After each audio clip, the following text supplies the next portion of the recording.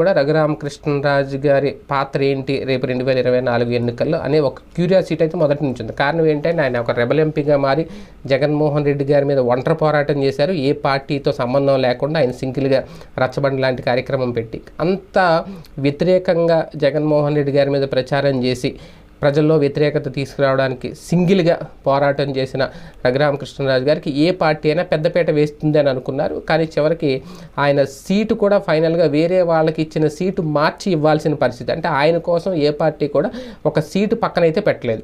BJP ఇస్తుంది లేని TDP ఊరుకుంది, టీడీపీ ఇస్తుంది లేని బీజేపీ ఊరుకుందేమో. మొత్తానికి ఆయనకి సీట్ అయితే లేకుండా పోయింది అప్పట్లో. చివరికి మళ్ళీ ఆయన కూడా ఏ పార్టీలో చేరలేదు, ఎవరు సీట్ ఇస్తే అక్కడ చేరదామని అనుకున్నారు. లాస్ట్కి ఆయన అనుకున్న నరసాపురం ఎంపీ సీట్ అయితే రాలేదు. భారతీయ జనతా పార్టీ శ్రీనివాసరావు కేటాయించేసింది. ఇప్పుడు ఆయన కేంద్ర మంత్రి కూర్చున్నారు. అయితే చివరికి చంద్రబాబు నాయుడు గారు మాత్రం ఆయన కోరినట్టు ఉండి నియోజకవర్గం నుంచి వాళ్ళే ప్రకటించేసిన సీట్నే మళ్ళీ